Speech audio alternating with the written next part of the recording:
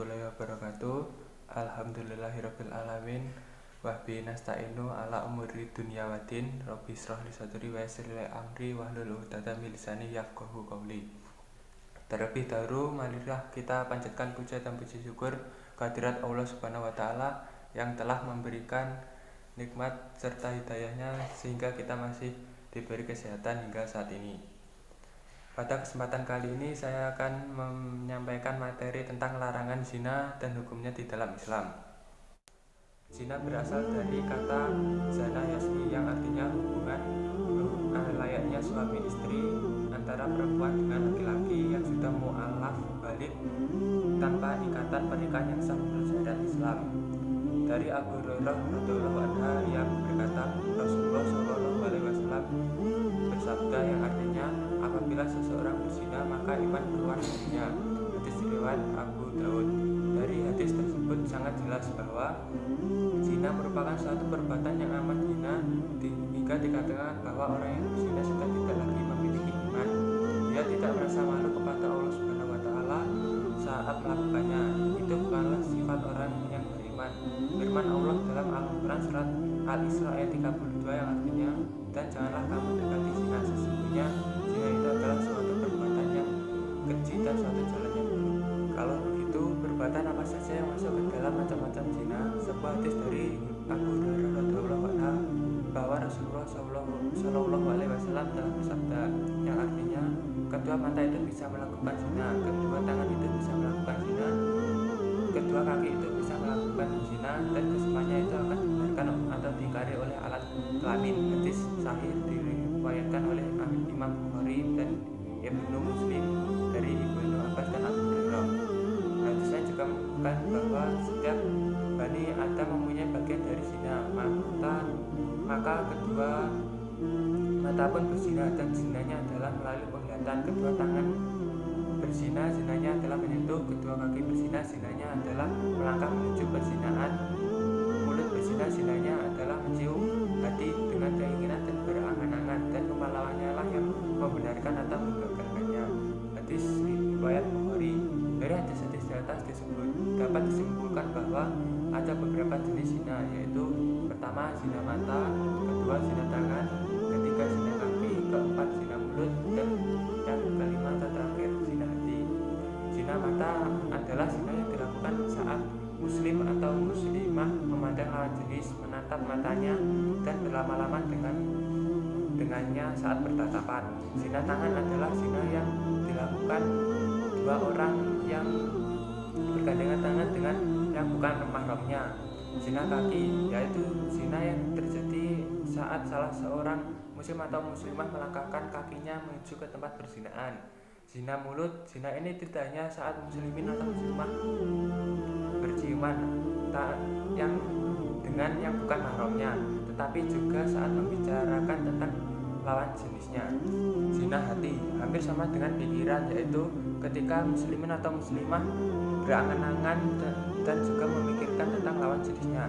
Selain kelima zina di atas, ada juga hal atau perbuatan yang mengantarkan kita kepada perbuatan zina, antara lain berpacaran, berduaan dengan seseorang di tempat yang sepi, menyentuh perempuan yang bukan mahramnya, dan memandang wanita yang tidak atau belum halal baginya.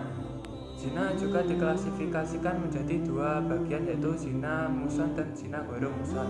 Zina muhsan yaitu perbuatan zina yang dilakukan oleh orang yang sudah atau pernah menikah, baik dilakukan oleh suami atau istri maupun orang yang sudah tidak beristri atau bersuami. Hukuman bagi pelaku zina muhsan atau yang sudah pernah menikah adalah dirajam atau dilempari batu hingga meninggal. Kedua, zina ghairu muhsan yaitu perbuatan zina yang dilakukan oleh orang yang belum pernah menikah. Hukuman bagi pelaku zina ini adalah yaitu dicambuk sebanyak 100 kali dan diasingkan ke daerah lain atau dipenjarakan selama 1 tahun.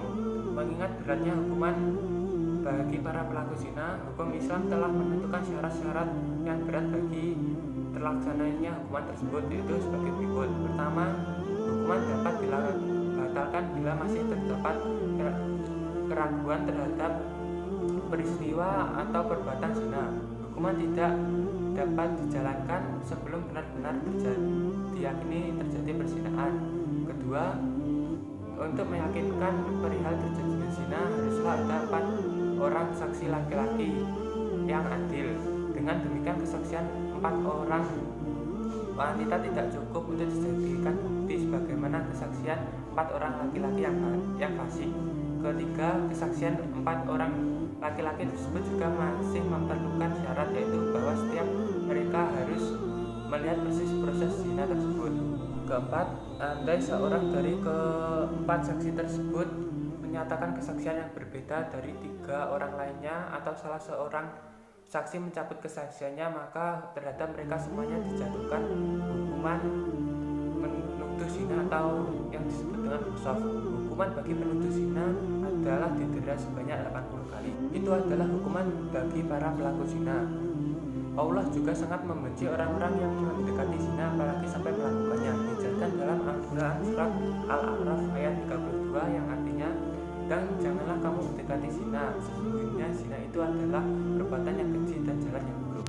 Dalam surat tersebut dijelaskan dengan sangat jelas bahwa Allah Subhanahu wa Ta'ala sangat membenci orang-orang yang mendekati zina karena zina adalah perbuatan yang keji dan jalan yang buruk. Maka dari itu janganlah kita berani-berani mendekati zina, apalagi sampai melakukannya. Di dalam Islam disebutkan bahwa zina adalah suatu dosa yang besar, dan semua umat Islam percaya, meyakini dan sepakat bahwa semua kegiatan yang berhubungan dan juga atau yang mendekati zina adalah suatu perbuatan buruk.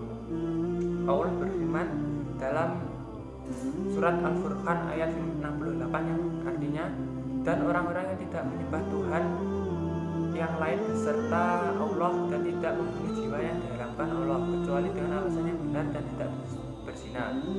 Nah, dari surat tersebut jelas sekali bahwa zina adalah dosa besar, urutan ketiga setelah musyrik dan membunuh. Dan Imam Al-Qurtubi mengomentari ayat tersebut. Ayat ini menjelaskan bahwa tidak ada dosa yang lebih besar setelah kufur selain membunuh tanpa alasan yang dibenarkan dan zina. Jadi, wahai para remaja, jangan sampai kita mendekatkan diri kepada perbuatan zina karena itu adalah dosa yang besar.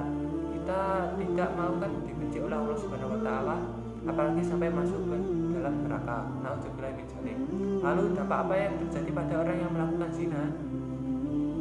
Orang yang melakukan zina akan mendapatkan dampak baik di dunia maupun di akhirat. Dampak di dunia pertama, hilangnya wibawa orang tersebut.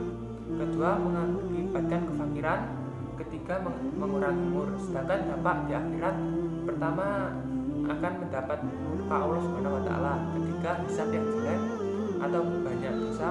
Dan ketiga, yang pasti akan mendapat siksaan neraka. Lantas apa yang harus kita lakukan agar terhindar dari perbuatan zina?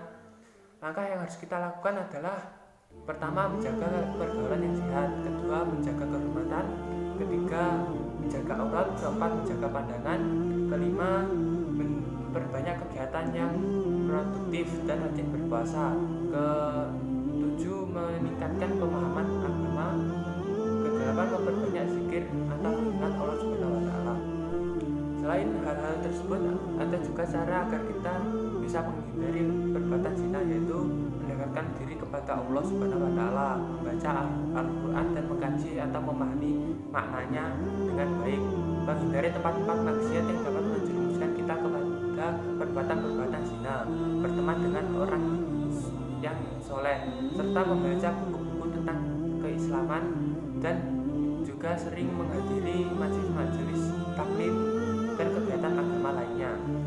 Jadi, wahai kaum muslimin dan muslimah, teman-teman, ikhwan dan akhwat yang insya Allah selalu dimuliakan oleh Allah Subhanahu wa Ta'ala, marilah kita sebagai kaum muda penerus bangsa menjunjung tinggi ilmu agama dan menjauhkan diri dari hal-hal yang dapat menjerumuskan kita ke dalam perbuatan dosa, khususnya dari perbuatan zina. Kiranya jangan sekalipun kita mendekatinya, apalagi sampai melakukannya. Ingatlah bahwa Allah Subhanahu wa Ta'ala sangat membenci orang yang mendekati mendekati zina, maka jadilah orang yang dicintai Allah Subhanahu wa taala, bukan orang yang dibenci oleh Allah Subhanahu wa taala. Dan saya menghimbau kepada teman-teman termasuk diri saya pribadi yang masih sering khilaf dan yang tanpa sadar melakukan perbuatan yang menjurus kepada perbuatan zina. Marilah kita insaf dan mendekatkan diri kepada Allah Subhanahu wa taala, dan yang sampai sekarang yang alhamdulillah masih kuat imannya dan belum pernah mendekati zina, jangan pernah sekali-sekali kamu mendekatinya. Teruslah memantapkan iman dan ketakwaanmu kepada Allah Subhanahu wa taala. Karena iman dan ketakwaanmu lah yang akan menjadi penyelamatmu dari panasnya api neraka. Semoga kita selalu di dalam lindungan Allah Subhanahu wa taala, dan sesungguhnya Allah Maha Pengasih lagi Maha Penyayang. Amin. Sekian dakwah singkat dari saya. Bila ada salah kata, saya mohon maaf yang sebesar-besarnya. Wabillahi taufiq wal